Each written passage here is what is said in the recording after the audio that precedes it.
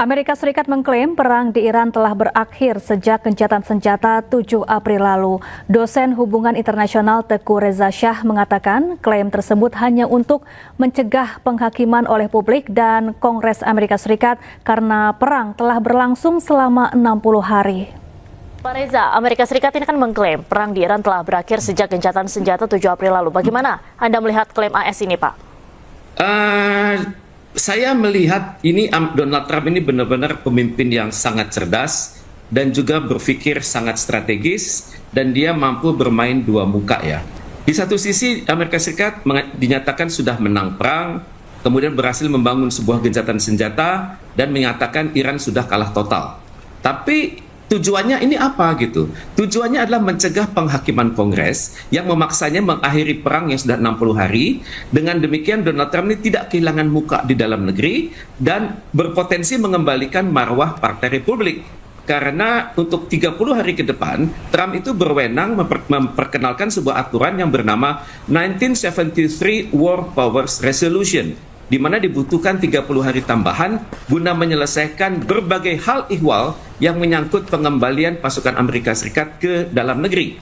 Namun tentunya ada udang di balik batu ini, di mana 30 hari ke depan ini saya perkirakan Amerika Serikat akan berusaha sekuat mungkin menyelesaikan perang melawan Iran sehingga memungkinkan Amerika Serikat mengalahkan Iran, kemudian mendukung ide Greater Israel sekaligus meniadakan potensi Cina menggunakan minyak dari Iran. Karena seperti kita ketahui bersama, Amerika Serikat berhasil menyetop minyak dari Venezuela ke China. Kemudian juga sekarang berpotensi juga kalau sekiranya dia menang, dia berpotensi juga meniadakan minyak dari Iran ke Cina, sehingga dengan demikian MAGA itu Make America Great Again berpotensi dimenangkan oleh Donald Trump dan China itu dibuat 10 tahun menderita secara energi. Ini perkembangan 48 jam terakhir ini menunjukkan memang Donald Trump itu kualitasnya luar biasa, tapi apakah ini akan dibuktikan di lapangan, ini adalah hal yang lain lagi. Baik. Kalau kita lihat kapal induk USS Gerald R. Ford juga ditarik, Pak, dari Timur Tengah. Apakah ini menandakan Amerika saat ini ingin menurunkan tensi dulu ketegangan di Timur Tengah? Saya mencoba melihatnya dari kacamata militer klasik ya. Rujukan saya adalah Sun Tzu dalam bukunya The Art of War.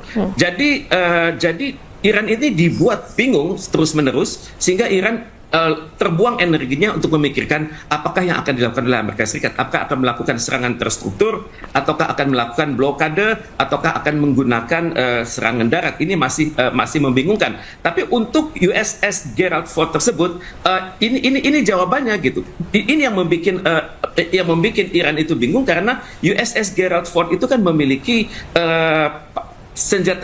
memiliki pesawat tempur, memiliki personil, dan juga sebuah kapal induk ini memiliki deretan-deretan kapal-kapal di bawah laut, kemudian di atas permukaan dan juga di ruang angkasa. Jadi ini yang membingungkan. Tapi juga saya cukup terkejut dengan melihat statement dari Washington Post di mana mengatakan bahwa walaupun kecaman Amerika Serikat itu terhadap Iran itu irasional, tapi yang dimungkinkan terjadi adalah kematian lebih lanjut dalam jumlah besar di Iran.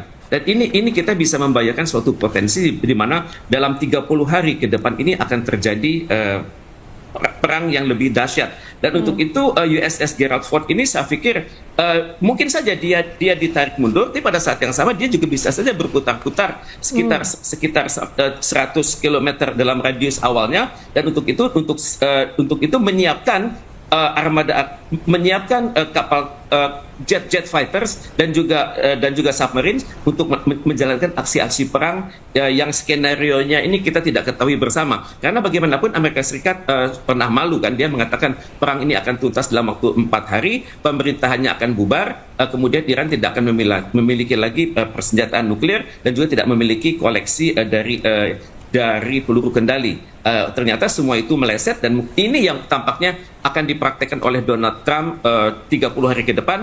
Tentunya skenario-nya ini adalah menurunkan kualitas pembangunan Iran, karena dari berbagai pemberitaan dalam negeri Amerika Serikat kita sudah mendapat informasi bahwa pemerintahan Iran sudah mulai goyang, kemudian inflasi sudah mulai menaik, kemudian sudah mulai ada gelombang protes, kemudian sudah ada konflik internal di bawah di antara garda revolusi dengan pemerintahan legislatif dan eksekutif. Ini adalah hal-hal yang kita ketahui dari referensi Amerika Serikat. Tapi kalau kita merujuk kepada Iran, justru disinilah Iran membuktikan kemampuan dia mengelola negerinya, mempertahankan sebuah peradaban yang sudah berusia 4.500 tahun. Dan yang jelas 30 hari ke depan ini akan sangat penting, dan kita juga sudah mendengar bahwa Iran sudah mempersiapkan peluru kendalinya yang taktis, yang berjarak pendek, menengah dan panjang dan jauh.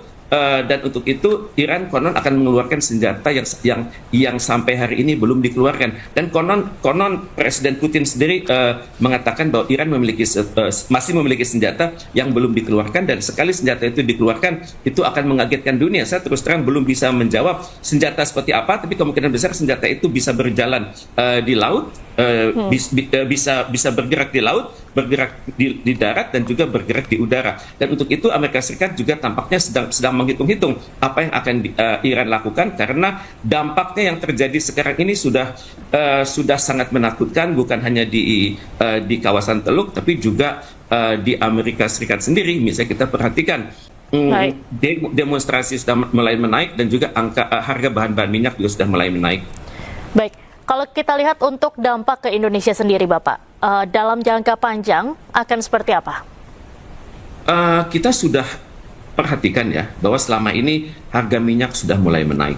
Kita perhatikan juga masyarakat juga sudah mulai mengatakan bahwa beban hidup sudah semakin tinggi, dan juga kalau saya melihat bagaimana kemampuan kelompok yang berpenghasilan menengah, mereka mengatakan sudah mulai terganggu. Kemudian kita juga perhatikan bahwa work from home itu sudah mulai berjalan. Kemudian juga yang kita harapkan adalah dalam kondisi saat ini pemerintah berhasil menjaga ketahanan nasionalnya, sehingga tidak menjadikan keadaan sekarang ini menjadi buruk, karena secara teori masih dimungkinkan bad time producing good policies. Dan untuk itu saya menyambut baik upaya-upaya pemerintah untuk mendapatkan sumber-sumber energi dari luar Timur Tengah, misalnya dari Amerika Serikat, kemudian juga dari Rusia, dan juga sudah diantisipasi prospek tentangan dari Amerika Serikat dan Uni Eropa dalam hal kita mengimpor dalam jumlah besar dari Rusia. Kemudian juga kita hendaknya menyambut baik upaya negara untuk melakukan diversifikasi energi, dan untuk itu sekaranglah saatnya Indonesia untuk berpikir bahwa dalam kondisi sulit seperti ini kita hendaknya